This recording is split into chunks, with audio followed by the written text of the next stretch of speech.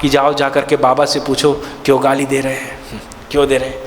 तब गौरीशंकर गोइनका गए और गोइनका जी गए और जा कर के हाथ जोड़ के कहा, महाराज भगवान को क्यों अपशब्द बोल रहे हो, क्यों गाली दे रहे हो।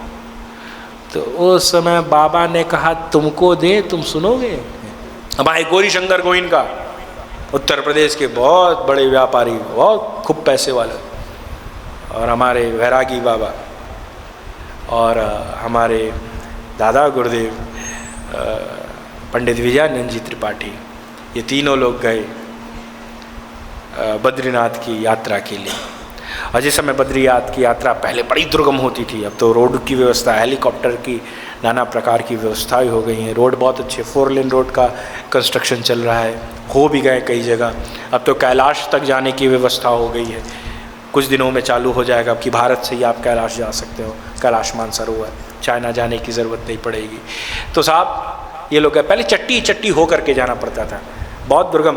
व्यक्ति जब 4 धाम की, उत्तरांचल की, उत्तराखंड की 4 धाम की यात्रा करने जाए ना, तो वृद्धावस्था में जाता था, रिटायरमेंट के बाद, और अपना श्राद्ध करके जाता था कि खबर नहीं मैं लौट के आऊँ कि ना हो, इतनी दुर्गम यात्रा हो। तो वो लोग गए बद्रीनाथ के पहले, जिस समय जोशी मठ में रुके हुए थे, तो जोशी मठ में रात्रि का समय हुआ, 7 साढ़े 7 बज रहा था, क्योंकि पहाड़ों पे 8 बजे तक सब सो जाते हैं, आज भी सो जाते हैं, कुछ नहीं रहता।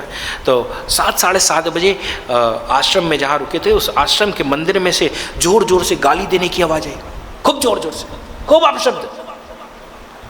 तब गौरीशंकर गोइनका आए हमारे विजयानंद बाबा के पास, और विजयानंद बाबा जी से कहा कि महाराज जी कोई गाली दे रहा है। कहे चलो देखते हैं। तब तक वैरागी बाबा भी आ गए, काशी के अच्छे विद्वान हुए, वो भी आ गए, और तीनों लोग गए और जा कर के देखा तो एक व्यक्ति लाला को खूब जोर जोर के गाली दे रहा था, वो सन्यासी था। और जब सन्यासी था तब हमारे विजयानंद जी को लगा, हमारे दादा गुरुदेव को लगा, विजयानंद जी महाराज जो थे, मानज राजहंस की उपाधि उनको मिली, मानज राजहंस पंडित विजयानंद जी त्रिपाठी।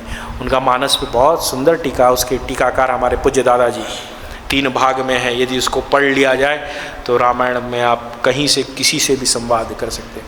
काशी में भदैनी क्षेत्र छोड़ के कहीं प्रवचन देने नहीं गए, जिसको सुनना है वो भदैनी आए, ये समय था, उसी समय पे कथाएं कहा करते थे, अद्भुत विद्वान।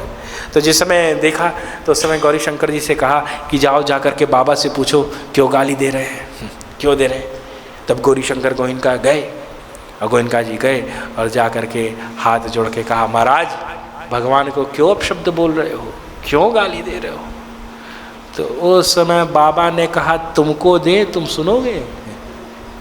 और जो कहा तुमको दे तुम सुनोगे, तो उस समय सारा मसाला ढीला हो गया साहब। ये जो नातेदार रिश्तेदार हैं, ये सब स्वार्थ के नाते हैं साहब, निभाता तो केवल वो है, अन्यथा सब स्वार्थ के नाते हैं।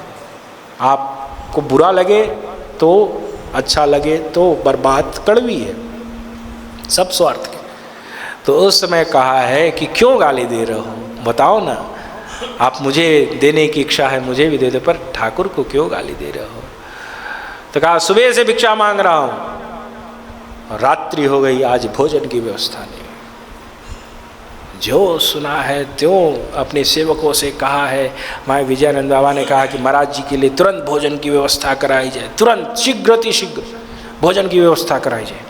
और जो कहा है त्यो भोजन की थाली आ गई है, और भोजन की थाली आ गई है तो दियम वस्तु गोविंदम तुभ्यवेम समर्पणे, भगवान को समर्पित किया है। नाभ्या कहा है, और उसके बाद अन्नपूर्णे सदापूर्णे, सारी विधि किया है। और विधि करके मुख में पहला कौर डाला, और जो कौर डाला तो नेत्र से अश्रुपात होने लगा है, आंसू गिरने लगे। तो उस समय हमारे विजयानंद बाबा आके कहे कि अरे महाराज क्या हुआ, अभी तो आप गाली दे रहे थे, अब रो रहे हो, क्या हुआ। कहा देखो मेरा तो यही है, मोहितो ही नाते अनेक मानिए जो। सुबह से कोई भोजन की व्यवस्था नहीं किए थे, और देखो गाली दिए तो तुरंत ही भोजन की व्यवस्था करा दिया। इतना कृपालु ईश्वर कहाँ मिलेगा। इसकी कृपा और करुणा का स्मरण करके नेत्र से अश्रुपात हो रहा है। देखो प्यारे, मेरी बात को अन्यथा मत लेना, मेरा इसके सिवा और कोई है नहीं। जब प्रसन्न होता हूँ तो इसकी स्तुति करता हूँ, और जब क्रोधित होता हूँ तो इसको अपशब्द बोलता हूँ, गाली देता हूँ। ठाकुर वहाँ तक सुनने को राजी है, पर आप पहले भक्ति के मार्ग पे उतरो तो। और महत्पात कहते हैं कि बहुत कठिन है डगर पनघट की, ये डगर बहुत कठिन है, सोच समझ करके उतरना, और कहीं उतर गए तो पीछे मत मुड़ना। चरे वैती चरे वैती चरे वैती, आदि गुरु शंकराचार्य भगवान की इस बात को आप स्मरण करते हुए चलते जाना, चलते जाना, चलते जाना। कहाँ तक चलते जाना? तो गोस्वामी जी इसको लिखते हैं अपने रामचरितमानस में कि पायो परम विश्राम। रामचरितमानस के उत्तरकांड के आखिरी में आके यही कहते हैं कि जब तक परम विश्राम की प्राप्ति न हो जाए तब तक चलते जाना।